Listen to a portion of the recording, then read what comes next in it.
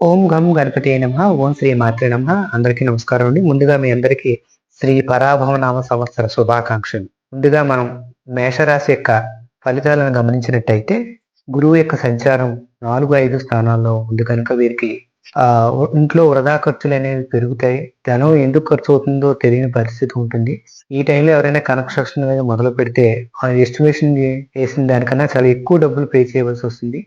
అలాగే కన్‌స్ట్రక్షన్ రంగంలో ఉన్న వారికి కూడా పెద్దగా అభివృద్ధి అనేది ఉండదు. ఇక 5వ స్థానంలో గురు సంచారం వల్ల సంతానం మంచి అభివృద్ధి అనేది ఉంటుంది. ఆహ్, వారికి సంబంధించిన విషయాల్లో మంచి ఎక్కువగా జరగడానికి అవకాశం అనేది ఉంది. వృత్తి, ఉద్యోగ, వ్యాపారాల్లో మాత్రం స్వల్ప లాభం అనేది ఉంటుంది. ఇక ఈ రాశి వారికి ఏలినాటి శని స్టార్టింగ్ స్టేజ్‌లో ఉన్నారు కనుక మనసులో ఏదో తెలియని భయం, ప్రతి పని సమస్యలతోనూ, చిక్కులతోనూ ఉన్నట్టు అనిపిస్తుంది. వృత్తి, ఉద్యోగ, వ్యాపారాల్లో సరైన అవకాశాలనేవి రావు.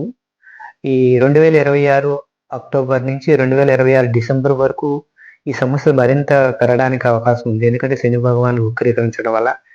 అలాగే నరాలకు సంబంధించినయి, ఎముకలకు సంబంధించిన ఇబ్బందులు రావడానికి అవకాశం ఉంది. శరీరంలో వ్యాధి నిరోధక శక్తి తగ్గుముఖం పట్టడం వల్ల ఏదో తెలియని భయం, మానసిక అశాంతి అనేది పెరుగుతది. 2026 ఆగస్టు నుంచి 2026 డిసెంబర్ వరకు ఈ ఫలితాలు మరింత ఎక్కువ అవ్వడానికి అవకాశం అనేది ఉంది. ఇక 12, 11లో రాహు సంచారం వల్ల చెడు స్నేహాల వైపు మొగ్గు చూడడానికి అవకాశం ఉంది. షేర్ మార్కెట్‌లోను, బిజినెస్‌లోను కూడా ఎక్కువగా లాస్ రావడానికి అవకాశం అనేది ఉంది. నమ్మిన వారి చేతిలో మోసపోవడానికి కూడా వీలుంది. ఈ విషయంలో కొంచెం జాగ్రత్తలు తీసుకోవాలి. ఇక 5, 6లో కేతు సంచారం వల్ల ఏదైనా కొత్త నిర్ణయాలు తీసుకున్నప్పుడు పెద్దల్ని గాని, గురువుల్ని గాని సంప్రదించి కొత్త నిర్ణయాలు తీసుకోవడం మంచిది. యోగా వాళ్ళకి, జ్యోతిష్యులకి, ఆర్ట్, సైన్స్ చెప్పే వరకు మాత్రం కొంతవరకు బానే ఉంటుంది. ఏలినాటి శని ప్రభావం ఎక్కువగా ఉండడం వల్ల శనీశ్వరుడు తైలాభిషేకం, శివుడికి రుద్రాభిషేకం చేసుకోవటం, అలాగే దుర్గాదేవి ఆరాధన, దుర్గాదేవి కవచం చదువుకోవటం వల్ల మంచి జరుగుతది.